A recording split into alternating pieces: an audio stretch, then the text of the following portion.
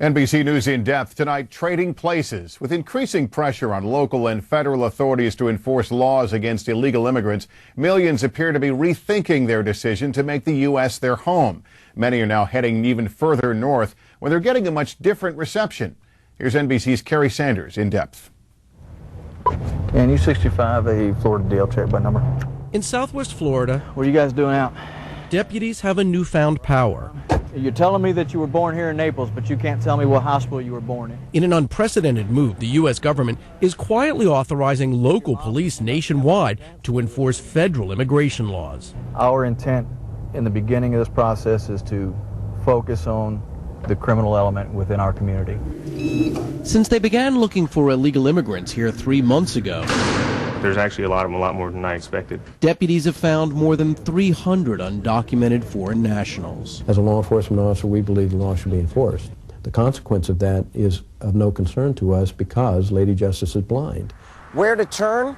Increasingly, those illegally in the United States are leaving, but it's where they're going that's the surprise. They're not headed home, rather, they're headed north, here to Canada.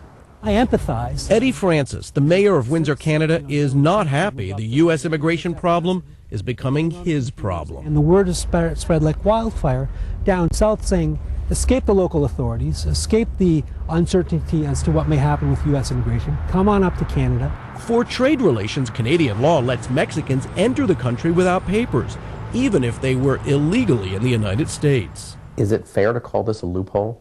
Of course it's a loophole. It's more than a loophole, it's a wide open gate. One popular crossing here in Windsor, just across the border from Detroit. Nationwide, Canadian officials say an average of almost 20 Mexicans a day come to Canada. As the license tags show, many of them from Florida. After 8 years illegally in the United States, the Cisneros family headed north and found a country with open arms, willing to pay all expenses for months until work papers are processed. How much do you pay to live here? Nothing. The government pay for that. And your food? Where does the money come for the food? The government. And school? Same. Medical care? The government pay for that.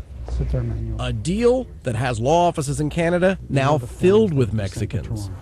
Canada, for Mexicans illegally in the U.S., a new promised land where they live legally for at least a year, or maybe the rest of their lives. Kerry Sanders, NBC News, Windsor, Canada.